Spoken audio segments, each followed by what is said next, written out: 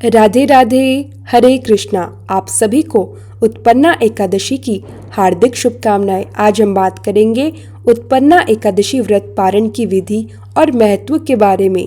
जैसा कि आप सभी जानते हैं, किसी भी व्रत का पारण यानी व्रत खोलना उस व्रत का सबसे महत्वपूर्ण चरण होता है। व्रत तभी पूर्ण माना जाता है जब उसका पारण सही समय और सही विधि से किया जाए। यदि पारण में गलती हो जाए तो व्रत का फल अधूरा रह जाता है। उत्पन्ना एकादशी का पारण द्वादशी तिथि को सूर्योदय के बाद किया जाता है। ध्यान रहे कि इस समय हरिवासर का काल ना हो। हरिवासर के समय पारण करना निषिद्ध माना गया है। इस वर्ष यानी 2025 में उत्पन्ना एकादशी का व्रत 15 नवंबर को रखा जा रहा है और साथ ही हम इस वीडियो में जानेंगे कब, किस दिन और किस समय व्रत खोलने का सबसे उत्तम समय रहेगा। यदि द्वादशी तिथि में पारण न हो पाए तो चिंता न करें, आप त्रयोदशी तिथि के सूर्योदय तक व्रत का पारण कर सकते हैं। भगवान श्री हरि की कृपा से इस प्रकार से किया गया पारण भी पूर्ण फलदायक होता है। पारण करने से पहले प्रातःकाल जल्दी उठे, स्नान करें और मन को पवित्र करें।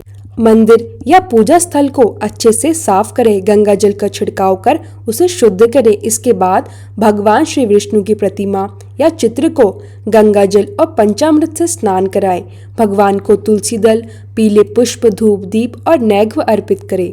सात्विक भोजन का भोग तुलसी जी की पत्तियों सहित भगवान को लगाएं। पूजा से पहले भगवान विष्णु के समक्ष व्रत के पूर्ण होने की प्रार्थना करें और अपने संकल्प को याद करें। भगवान के समक्ष घी का दीपक जलाएं और ओम नमो भगवते वासुदेवाय मंत्र का निरंतर जप करते रहें। यदि समय और श्रद्धा हो तो श्री विष्णु का सहस्त्र नाम या श्री विष्णु स्तोत्र का पाठ भी अवश्य करें। इससे व्रत का फल कई गुना बढ़ जाता है। भगवान विष्णु की पूजा के साथ साथ तुलसी माता की भी पूजा करें। तुलसी जी को जल अर्पित करें और उन्हें प्रणाम करें। भगवान को जो भोग लगाएं उसमें खिचड़ी, दूध, फल, मिठाई या सात्विक भोजन आप रख सकते हैं। भोग में तुलसी का पत्ता होना अनिवार्य है क्योंकि बिना तुलसी के भोग अपूर्ण माना जाता है। भोग लगाने के बाद भगवान से आशीर्वाद प्राप्त करें और फिर प्रसाद ग्रहण कर व्रत का पारण करें। कुछ भक्त उत्पन्ना एकादशी व्रत का पारण आंवला भगवान को भोग लगाकर ही करते हैं और वही भोग प्रसाद रूप में ग्रहण करते हैं। यह विधि भी अत्यंत शुभ मानी गई है। याद रखें, एकादशी का व्रत दान के बिना अधूरा रहता है। आप अपने सामर्थ्य के अनुसार अन्न, वस्त्र, धन या किसी भी रूप में दान कर सकते हैं। यदि द्वादशी तिथि में व्रत पारण से पहले दान दिया जाए तो उसका अनेक गुना पुण्य फल प्राप्त होता है। व्रत पारण के बाद जरूरतमंदों को भोजन, वस्त्र या धन का दान देना अत्यंत पुण्यदायक होता है। इस दिन तुलसी जी का पौधा दान करना या उनकी पूजा करना भी बहुत शुभ माना गया है। उत्पन्ना एकादशी का यह व्रत जीवन के सभी पापों को नष्ट कर देता है और पुण्य, सुख, शांति व धन्य धान्य की वृद्धि करता है। व्रत के दिन भगवान विष्णु और माता लक्ष्मी की कथा सुनना या पढ़ना अत्यंत फलदायी होता है। व्रत रखना और पारण करना दोनों में पूर्ण श्रद्धा, नियम और भक्ति का पालन करना चाहिए, तभी व्रत का पूर्ण फल प्राप्त होता है। जैसा कि आप सभी जानते हैं, 15 नवंबर शनिवार को उत्पन्ना एकादशी का व्रत रखा गया है और साथ ही पारण किया जाएगा 16 नवंबर रविवार के दिन। याद रहे, आप चाहे किस भी दिन व्रत रखें, उसका पारण हमेशा उसके अगले ही दिन किया जाता है। द्वादशी तिथि 16 नवंबर रविवार को सुबह 2:38 से शुरू होकर 17 नवंबर सोमवार को सुबह 4:47 तक रहेगी। नियमों के अनुसार द्वादशी तिथि में व्रत का पारण तभी किया जा सकता है जब हरिवासर का समय समाप्त हो जाए। हरिवासर वह विशेष अवधि होती है जब भगवान विष्णु स्वयं विश्राम में होते हैं। इस समय व्रत खोलना वर्जित माना गया है। इस बार हरिवासर काल रविवार 16 नवंबर को सुबह 7:10 तक रहेगा। इस दौरान यदि कोई भक्त जानकारी के अभाव में या भूलवश व्रत का पारण कर लेता है तो उसका व्रत अधूरा रह जाता है और उसे व्रत का पूरा फल नहीं प्राप्त होता। इसलिए व्रत पारण के लिए सर्वश्रेष्ठ समय वही है जब हरिवासर का समय समाप्त हो जाए और दोपहर का शुभ मुहूर्त प्रारंभ हो। तो आपको व्रत का पारण 16 नवंबर रविवार को करना है। उस दिन का शुभ पारण मुहूर्त रहेगा सुबह 7:15 से 8:45 तक।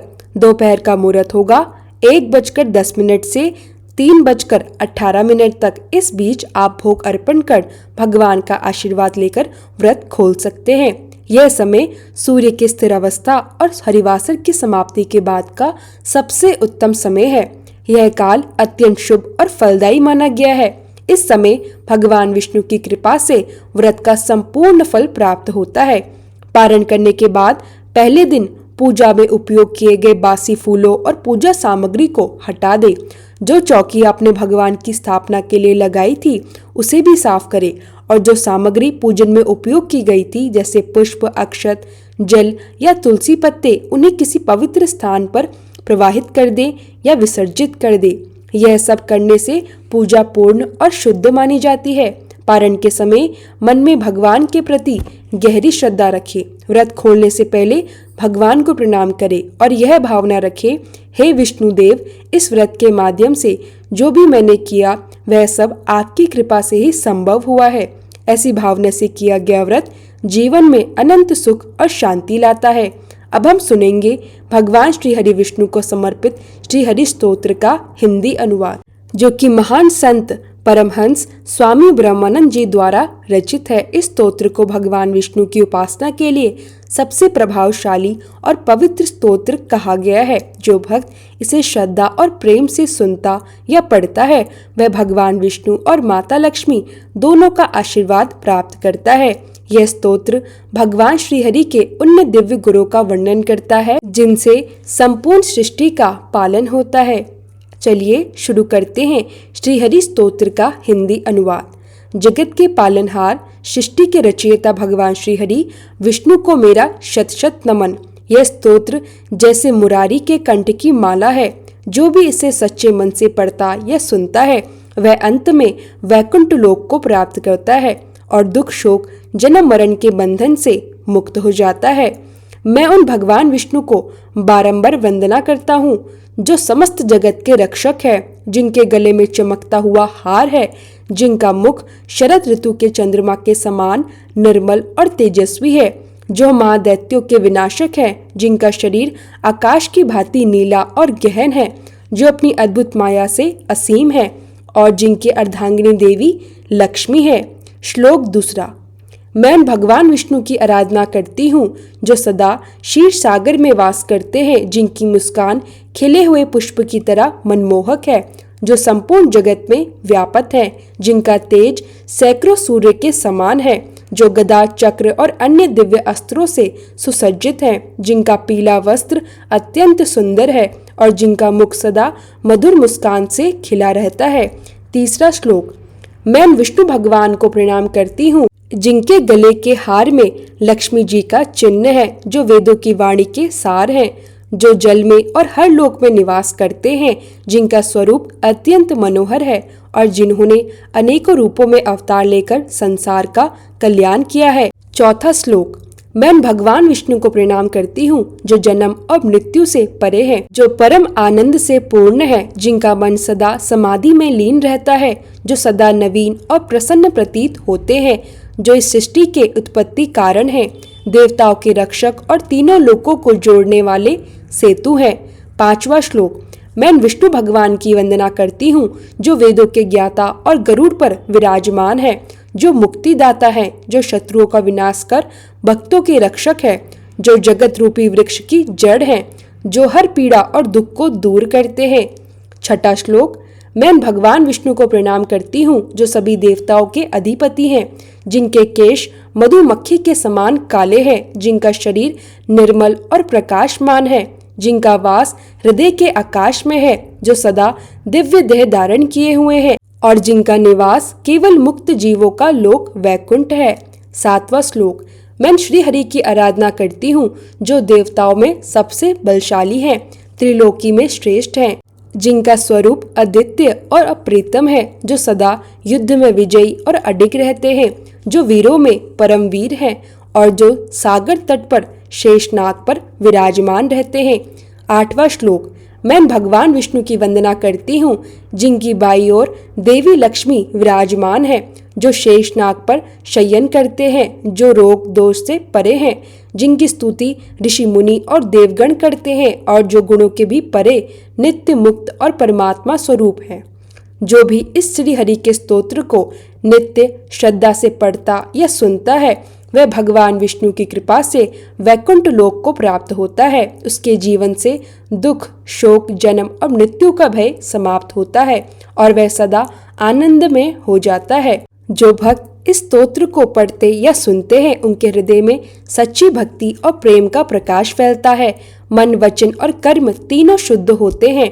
संसारिक दुखों और बाधाओं से मुक्ति मिलती है। इस स्तोत्र का नियमित पाठ करने से घर में सुख शांति बनी रहती है, धन धान्य की वृद्धि होती है, जीवन में वैकुंठ के समान आनंद की अनुभूति होती है। उत्पन्ना एकादशी का व्रत अत्यंत फलदायी है। यह सभी पापों का नाश करता है, घर में सुख, समृद्धि और शांति लाता है। व्रत करने वाले भक्त की आध्यात्मिक उन्नति होती है। व्रत के दिन भगवान विष्णु और माता लक्ष्मी की कथा सुनना या पढ़ना भी अत्यंत शुभ माना गया है। इससे व्रत का फल और भी बढ़ जाता है। व्रत करना केवल भौतिक कर्म नहीं है, मन की शुद्धि, हृदय की भक्ति, भगवान के प्रति प्रेम, इन सब के बिना व्रत अधूरा रहता है। पारण और व्रत दोनों में श्रद्धा और नियमों का पालन अत्यंत आवश्यक है। यदि यह ना हो तो व्रत का फल सीमित या अधूरा माना जाता है। राधे राधे। श्री हरि और माता लक्ष्मी की कृपा आप सभी पर हमेशा के लिए बनी रहे।